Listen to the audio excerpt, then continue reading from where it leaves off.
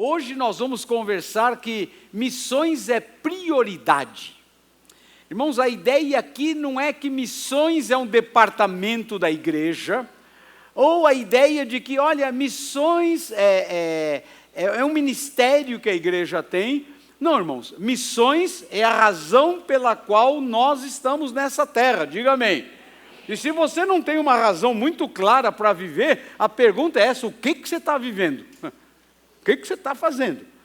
Irmãos, e principalmente nós que temos Cristo como Senhor e Salvador, Ele é o cabeça, nós temos que obedecê-lo. Amém, gente? Então nós vamos ver hoje que missões é prioridade na igreja. Parece que deu um rolo aí no nosso... Vamos ver, vamos lá. Mateus 16, 18. Leiam comigo, por favor, todo mundo comigo, vamos lá. Pois também eu te digo que tu és Pedro...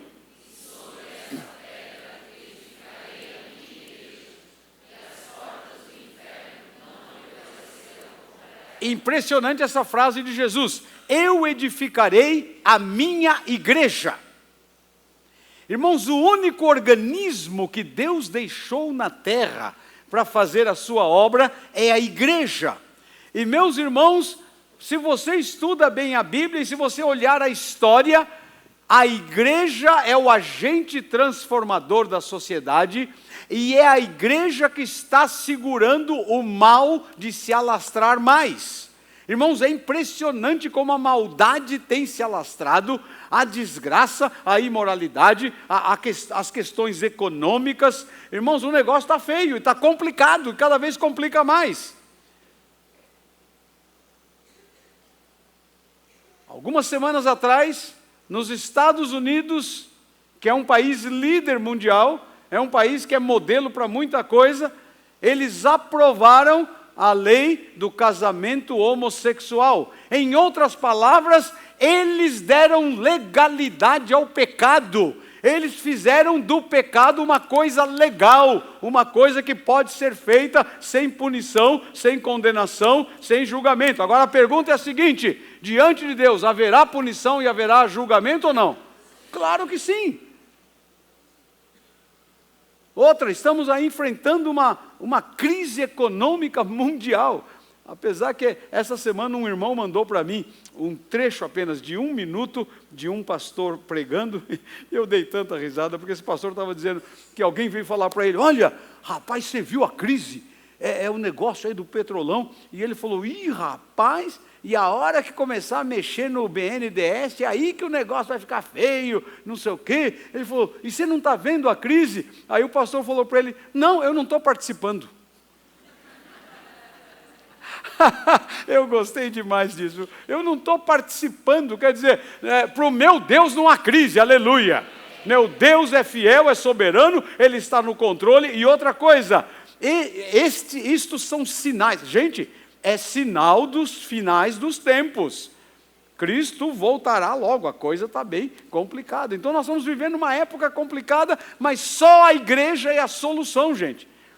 Você não vai encontrar a solução. Você fala: não, a psicologia, a educação, a sociologia, a pedagogia, um montão de IA será a solução. Nunca. Elas podem ajudar talvez na vida em sociedade, mas a solução é arrancar o egoísmo que está no coração humano. É o único jeito de mudar uma sociedade. É quando Cristo entra, o egoísmo começa a diminuir. Quem tem experimentado isso, diga amém. Isso é um jeito de mudar a sociedade. Então Jesus disse: eu edificarei a minha igreja. E Ele deu a visão. O que Ele espera da igreja? Clica lá, por favor. Olha o que Ele espera da igreja. Todo mundo comigo de novo, vamos lá. Mas receberão...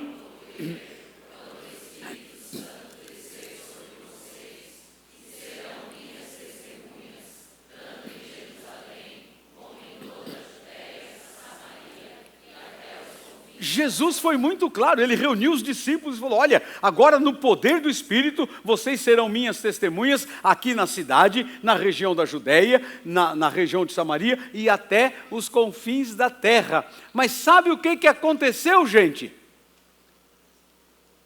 O pessoal decidiu ficar em Jerusalém. Agora, eu imagino por que quiseram ficar em Jerusalém. Você já imaginou o culto de domingo de manhã na primeira igreja batista de Jerusalém? Estou muito batistão hoje, né?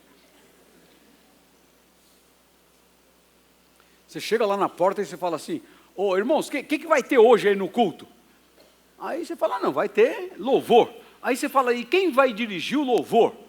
É o apóstolo João. Uau, o louvor vai ser bom, hein?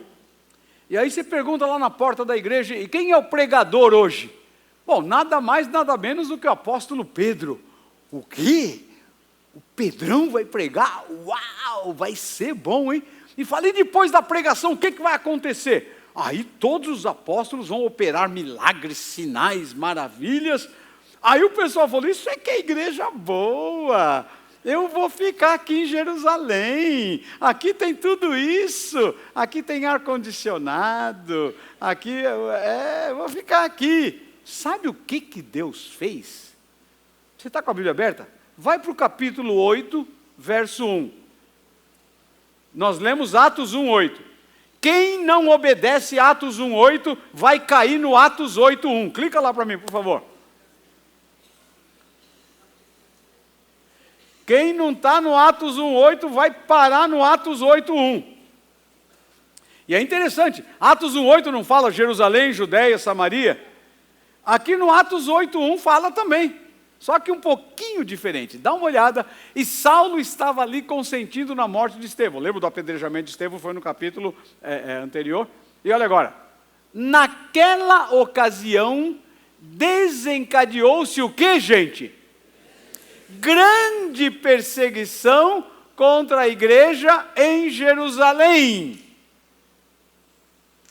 O povo ficou lá, Deus falou: eu sei como arrancar esse povo daqui, eu sei como fazer esse povo obedecer o Atos 1:8.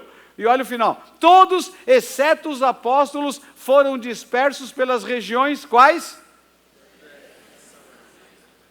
Quem não vai por amor? Irmãos, a turma ficou em Jerusalém. Deus botou ventilador na farofa e o que aconteceu? A turma começou a se espalhar e é aí que começa a nossa igreja, a igreja de Antioquia que nós vamos estudar hoje. Ela começa com uma forte perseguição. Agora, olha esse detalhezinho aqui comigo, por favor. Não, fica lá, volta lá. Todos, olha o final do verso ali, todos, exceto quem? Os apóstolos, todos foram o quê? Dispersos pela Judéia e Samaria. Quem ficou em Jerusalém? Os apóstolos. Sabe o que isso me ensina, irmãos? Que quem faz o ministério são os crentes. O amém foi fraquíssimo. Quem faz o ministério são quem? Eu e você. Eu acho muito jóia esse detalhezinho aqui na Bíblia. Os apóstolos, porque todo mundo fica naquela dependência. É só o apóstolo que tem poder, só o apóstolo que cura, só o apóstolo que ora, só o apóstolo que blé, blé, blé, blé, blé. Não, a Bíblia diz que estes sinais seguirão os que crerem. Todo crente tem o Espírito Santo, todo crente tem autoridade, todo crente tem palavra, todo crente é uma ferramenta, é um instrumento nas mãos de Deus. Diga amém. É por isso que nós estamos lançando um desafio aqui, que nós queremos que cada membro da nossa igreja se torne um líder. Diga amém aí. Amém. Que cada um abra sua casa, comece a ganhar vidas. Nós vamos multiplicar os grupos pequenos, nós vamos ganhar a cidade de Santo André para Cristo. Mas essa igreja começou, a igreja de Antioquia, com uma forte perseguição. Quer ver? Toca em frente agora. Mas essa igreja não foi só isso, ela teve uma grande visão. Aí agora vai para o Atos 11 e você vai ver o que aconteceu com esse pessoal que espalhou. Atos dos Apóstolos, capítulo 11 agora. Olha a partir do verso 19 o que diz. Os que tinham sido dispersos, a turma que foi espalhada por causa da perseguição desencadeada com a morte de Estevão, chegaram até a Fenícia, Chipre e Antioquia. Essa é a cidade que a gente quer. Nós queremos imitar a igreja de Antioquia. Eles foram até a Antioquia, mas olha que coisa terrível, anunciando a mensagem apenas aos judeus. Irmãos, Deus tinha que fazer uma coisa tremenda aí. Primeiro que ficavam só em Jerusalém. Aí, sai fora. Deus manda a perseguição, eles foram para outros lugares. E aí o pessoal ficava pregando o evangelho só para judeu. Mas olha a turma da igreja de Antioquia. Continua lá. Alguns deles, todavia, cipriotas e sirineus, foram a Antioquia. Aqui começa a nossa igreja. E começaram a falar também aos gregos, contando-lhes as boas novas a respeito do Senhor Jesus. Diga amém aí. Essa igreja de Antioquia começou debaixo da perseguição, o pessoal foi espalhado. Quando chegaram em Antioquia, eles chegaram, era uma obra do Espírito Santo, eles chegaram a uma conclusão: o evangelho não é só para judeu, Cristo morreu na cruz para salvar toda a humanidade. Diga amém aí. Então aqui, eles estão ali em Antioquia, começaram a pregar também aos gregos. Era uma igreja que tinha visão. Começou debaixo de perseguição, mas já começou com uma grande visão. Meus irmãos, a nossa visão tem que ser a visão bíblica. Cristo morreu na cruz para salvar toda a humanidade. Todo mundo precisa de Cristo. Nós temos que levar a mensagem do amor e do perdão de Deus a todas as nações. Toca em frente, por favor. Veja bem, começou debaixo de perseguição, começou com uma forte visão, não só judeus, gregos também, e agora ela começou a crescer, crescia poderosamente a igreja de Antioquia. Por que crescia? Uma igreja que tem visão, Deus abençoa e faz crescer. Olha o que diz: a mão do Senhor estava com eles, e muitos creram e se converteram ao Senhor. Amém? Deus começou a abençoar aquela igreja que estava novinha, nascendo ali. Vai em frente, por favor. Mas ela também recebeu os primeiros pastores. Olha o que diz o texto: notícias desse fato chegaram aos ouvidos da igreja em Jerusalém, e eles enviaram quem em Antioquia? Barnabé. Sabe o que aconteceu? Alguém voltou para Jerusalém e falou: pessoal, lembra da perseguição? Claro. Pois é, um grupo de irmãos foi para Antioquia. Quando chegaram em Antioquia, eles começaram a pregar, não só para judeus, pregaram também para os gregos. Deus abençoou, os gregos foram salvos, e agora tem uma igreja grande lá, precisando de um pastor. Então a igreja de Jerusalém mandou o Barnabé para ser o primeiro pastor de Antioquia. Amém, gente? E olha agora, continua o texto. Este ali chegando e vendo a graça de Deus, ficou alegre e os animou a permanecerem fiéis no Senhor de todo o coração. Ele era um homem bom, cheio do Espírito Santo e de fé, e muitas pessoas foram acrescentadas ao Senhor. Amém, gente? O Barnabé foi enviado, chegou lá, ele viu aquela igrejona grande, ele viu a mão de Deus, a bênção de Deus, mas o Barnabé, muito inteligente, descobriu que não podia dirigir sozinho aquela igreja. Olha o finalzinho do texto. Então Barnabé foi a Tarso procurar quem? Saulo. Você sabe quem é esse Saulo aqui? É o apóstolo Paulo. Irmão, sabe qual é a ideia? O Barnabé olhou bem aquela multidão e falou: eu não posso ser pastor sozinho aqui, eu preciso de ajuda. Ele foi em Tarso buscar o apóstolo Paulo para ser seu pastor auxiliar. Você já pensou que bênção ter o apóstolo Paulo de pastor auxiliar? Eu queria ter Paulo aqui como meu pastor auxiliar. Mas ele ia ser o titular e eu queria ser o auxiliar dele. Agora, olha o próximo verso. Agora sim, clica lá, minha jovem. Eles dois, Barnabé e Saulo, clica lá, está comigo aí ou travou aí o negócio? Que a gente vai agora para o verso 26. No verso 26, a Bíblia diz que Barnabé e Saulo se reuniram com aquela igreja durante 1 ano, ensinaram uma multidão, e a Bíblia diz que o ensino foi tão forte que eles foram chamados pela primeira vez de cristãos em Antioquia. Olha que coisa linda, Barnabé e Saulo ensinaram a palavra, o ensino foi tão forte, tão profundo, que o pessoal do mundo os chamou de quê? Cristãos, seguidores de Cristo. Eu tenho uma preocupação, irmãos, com a questão da palavra de Deus. Até que ponto nós estamos pregando a palavra de uma forma tal que está mudando as vidas? Meus irmãos, se o ministério, se a igreja de Cristo não for um instrumento de Deus para transformar vidas, o que está fazendo? O que está fazendo? O verso 26 diz que eles se reuniram durante 1 ano e ensinaram. O ensino foi tão profundo que as vidas foram transformadas. Então veja bem, vamos dar uma recapitulada aqui. A igreja de Antioquia começou debaixo de perseguição, teve uma visão para outros povos, cresceu poderosamente, recebeu seus 2 primeiros pastores, o Barnabé e o Saulo. Eles ensinaram, ela tinha ensino bíblico. Vai agora para o capítulo 13 e você vai ver. Deixa eu ver aqui se está... Voltou aí? Clica o próximo aí, por favor. Aí, tinha o ensino bíblico. Olha lá o texto que eu já falei aqui para os irmãos. Quando encontrou, levou-o para Antioquia. Durante 1 ano inteiro, Barnabé e Saulo se reuniram com a igreja e ensinaram a muitos, e em Antioquia os discípulos foram chamados de cristãos. Vai agora para o capítulo 13, vai em frente. No capítulo 13 você começa a ver a expansão da igreja de Antioquia. E a primeira coisa que ela teve de expansão, ela expandiu a equipe pastoral. Eles eram agora 5 pastores. Dá uma olhadinha. Na igreja de Antioquia havia profetas e mestres.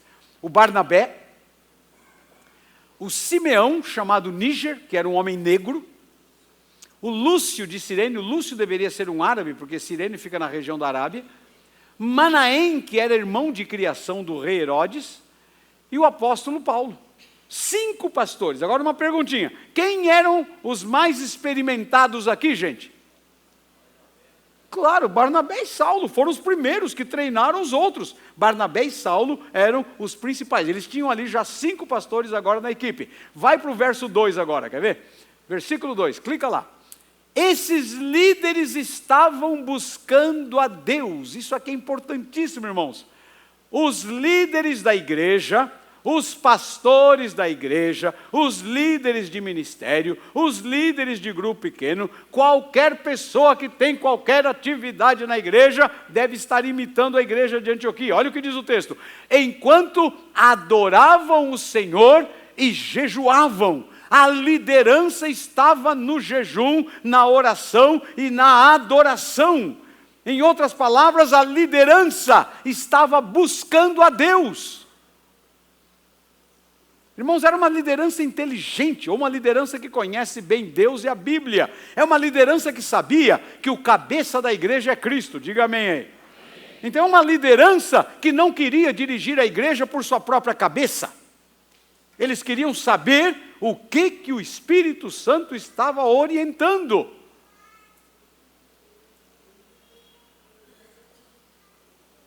Meus irmãos, nós precisamos orar pela liderança da nossa igreja, para que seja uma liderança de jejum, de oração, e que tenhamos líderes que dirijam a igreja, não por sua própria cabeça, mas que estejam numa comunhão tão íntima e profunda com Deus, que é Deus que está dirigindo a igreja através deles.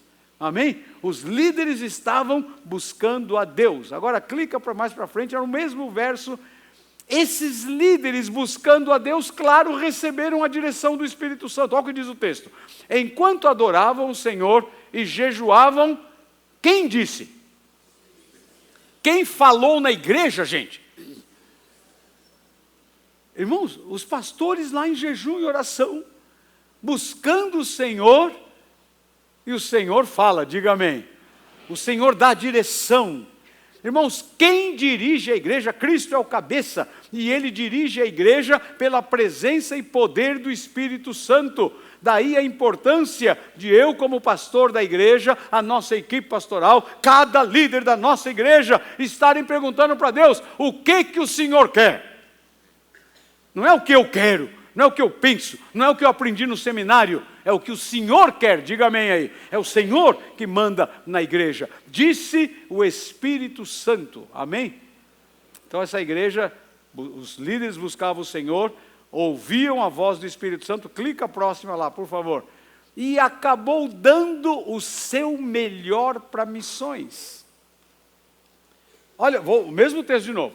Enquanto adoravam o Senhor e jejuavam, disse o Espírito Santo. O que o Espírito Santo disse, irmãos?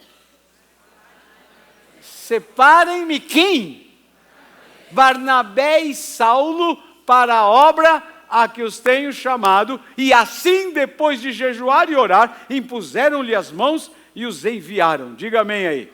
Irmãos, aqui nós aprendemos uma coisa importantíssima. A igreja de Cristo não pode ser dirigida por lógica humana. Irmãos, o que o Espírito Santo falou aqui, humanamente não tinha nenhuma lógica. Irmãos, o Barnabé e o Saulo eram os pastores principais. Eles treinaram os outros. E agora o Espírito Santo vem e fala, agora pega o Barnabé e o Saulo e manda para missões. Eu acho que alguns membros da igreja falaram, Espírito Santo, desculpa, acho que o senhor está enganado. O senhor tem certeza? E como é que nós vamos ficar aqui? Irmãos, a igreja de Cristo não anda na lógica humana. Porque na lógica humana, o Barnabé e Saulo era importantíssimo ficarem ali na igreja. Mas aqui nós aprendemos uma coisa muito importante, que o Espírito Santo quer o melhor para missões, diga amém. É por isso que aqui em nossa igreja, missões é prioridade. Eu estou querendo levar a igreja não para a minha cabeça, não para a minha lógica, mas para aquilo que o Espírito Santo nos dirige, diga amém aí. Agora, deixa eu fazer uma pergunta. Se o Espírito Santo falar, separa agora o pastor Edson para a obra missionária. Amém? Fala, vai embora, pastor. Ninguém falou, fala.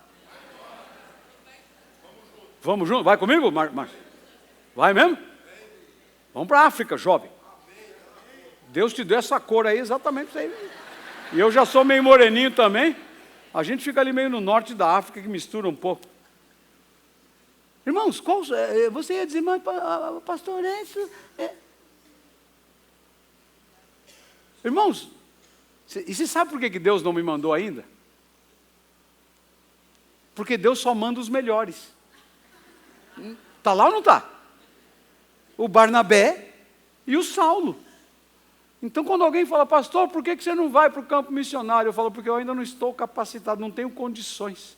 Eu estou tentando melhorar para o Espírito Santo falar lá na minha igreja. Está na hora, agora melhorou um pouquinho, está orando mais, está jejuando mais, está consagrando mais, está mais santo, agora está bom de ir, vai embora. Irmão, vocês estão me olhando com uma cara de... Deixa eu fazer uma pergunta, eu estou lendo Bíblia ou não? Você está com a tua Bíblia aberta? Confere lá, fala, será que é isso mesmo? Será que é isso mesmo? Irmão, você não pode andar na lógica.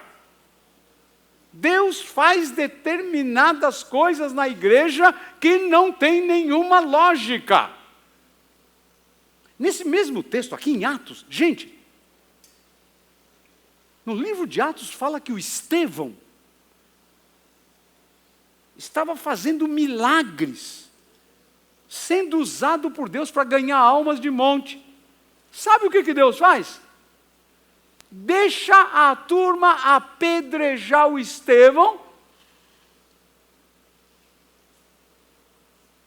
Deixou o Estevão morrer, gente. Tem lógica? Nenhuma. E a Bíblia diz que ainda Jesus ficou de pé para receber esse herói. Não tem lógica. Mas estudando a Bíblia, você vai chegar a uma conclusão.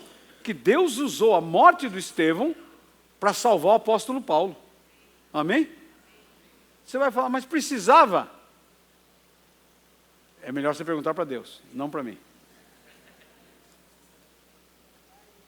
Dá licença de Deus ser Deus.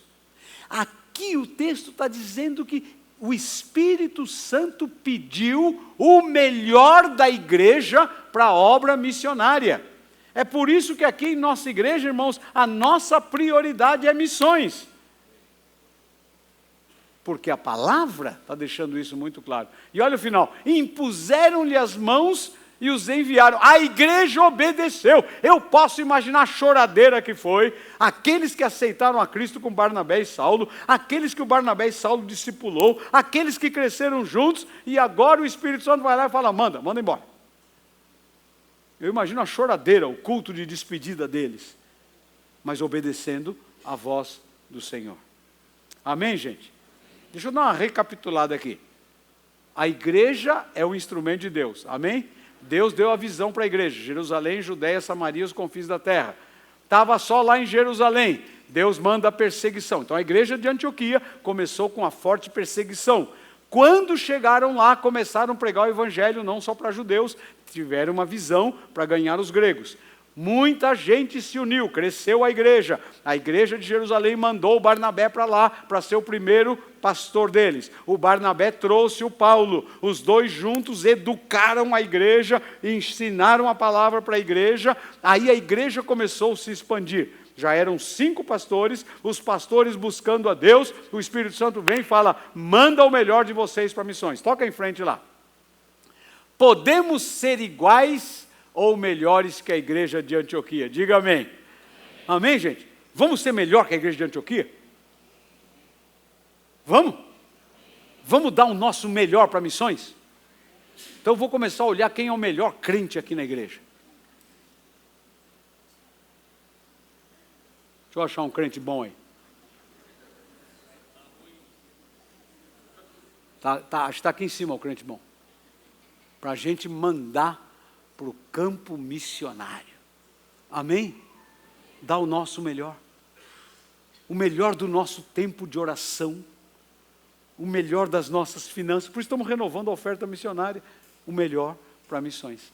E a igreja de Antioquia enviou o apóstolo Paulo nas suas... Olha que igreja missionária, gente. As 3 viagens missionárias de Paulo, ele foi enviado pela igreja de Antioquia. Dá uma olhada aqui, o mapa, quer ver? Olha que legal. Apaga a luz aí para ver melhor. Aqui, ó. Primeira viagem de Paulo. Está vendo? A cidade de Antioquia está aqui, ó. Olha que legal. Paulo foi enviado, veio pela Salamina, Pafos, Perge, foi para lá, chegou até Derbe, voltou e deu relatório para a igreja de Antioquia, o Paulo e o Barnabé. Amém, gente? Olha agora a segunda viagem, olha lá. Segunda viagem de Paulo. Saiu de Antioquia, olha, veio por aqui agora, para Tarso, foi por toda a Europa. Olha que bênção, irmãos. Você já leu na Bíblia?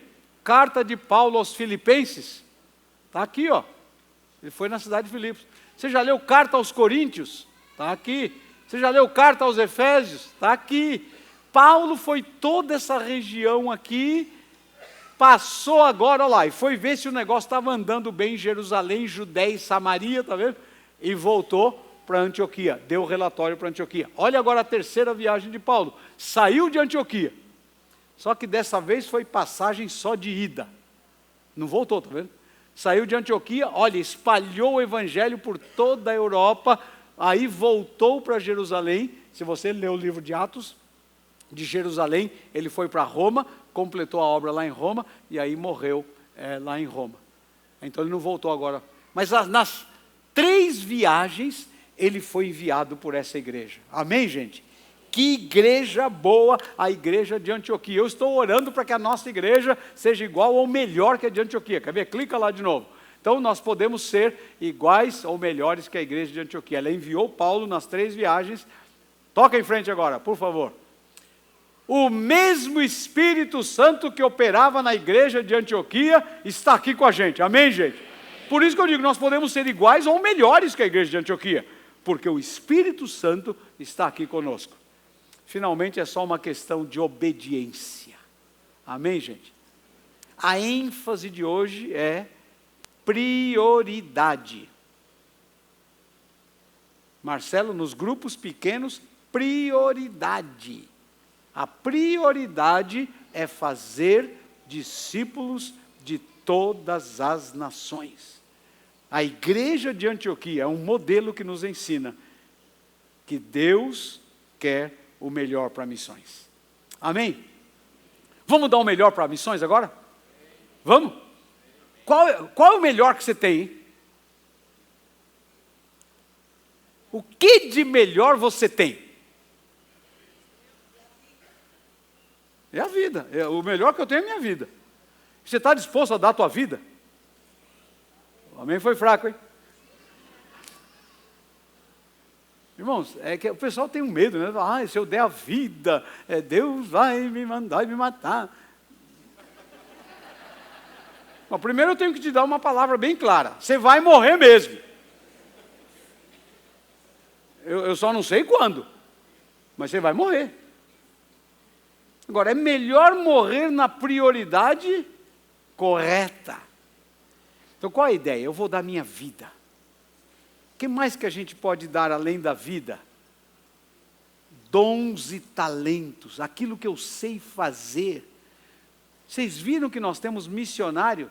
Irmãos, 2 dos nossos missionários, um é professor de capoeira e está usando a capoeira para ganhar almas para Cristo. Amém, gente? Olha que legal. Quando perguntaram para ele, o que você tem? Ele falou, tenho capoeira. Deus falou, serve, me dá a capoeira aí que eu vou usar lá. O outro é técnico de futebol, montou uma escolinha de futebol lá em Manila, nas Filipinas, e através do futebol está ganhando as crianças, e através das crianças ganhando as famílias para Cristo. Amém? Deram talento. Um é piloto de avião, um trabalha no mercado, na área de mercado de trabalho, e está ganhando executivos. Gente, cada um colocando a vida, dons e talentos na mão de Deus, para Deus usar, amém? Então o que você tem, consagre agora a tua vida, os teus dons, os teus talentos, amém? Põe na mão de Deus, e Deus vai usar, diga amém.